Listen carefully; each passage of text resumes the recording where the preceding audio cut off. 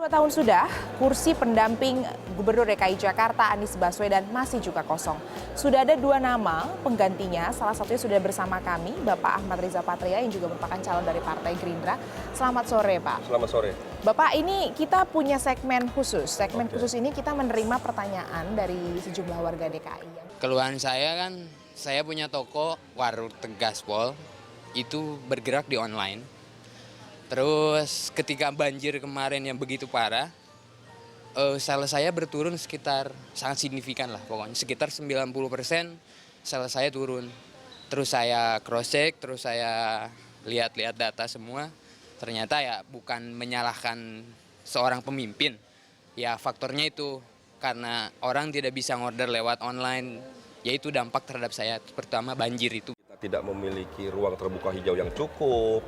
Kemudian kalau masyarakat membuang sampah sembarangan, kalau kita tidak menyiapkan sungai-sungai yang dapat mengalirkan air ke laut, tidak menyiapkan biopori dan sebagainya, waduk, situ, tentu dapat mengakibatkan banjir. Pemerintah pusat dan pemerintah DKI telah membuat master plan penanganan banjir.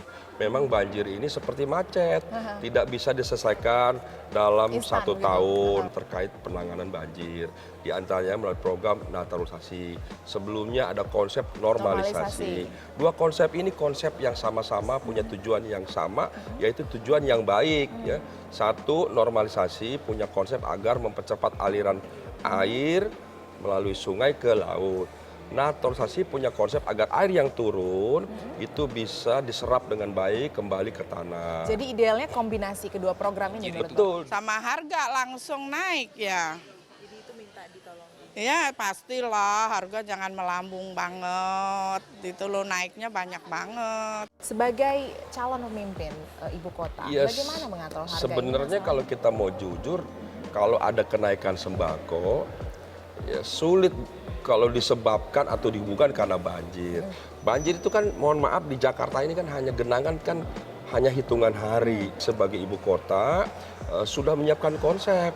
Sejauh yang saya tahu, Pak Anies dengan sekarang punya ada namanya push station. Dia berfungsi seperti bulog dalam rangka menstabilkan harga. Dan harga-harga di Jakarta relatif murah dan lebih baik.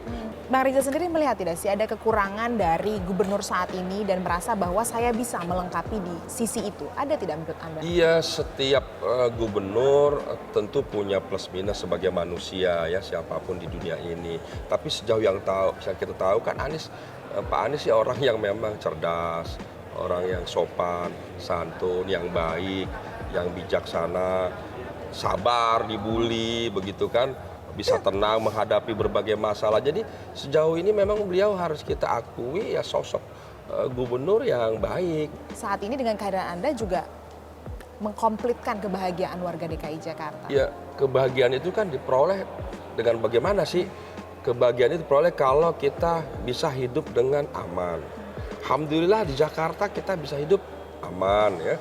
Ibu kota yang sangat plural, sangat heterogen, semua suku bangsa, agama, etnis, semua profesi hadir di Jakarta, tapi kita bisa menjaga Jakarta aman, alhamdulillah.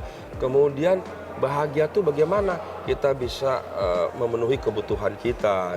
Bagaimana kehadiran Bang Riza bisa membuat Jakarta sebagaimana dijanjikan oleh seorang Anies Baswedan maju kotanya, bahagia warganya.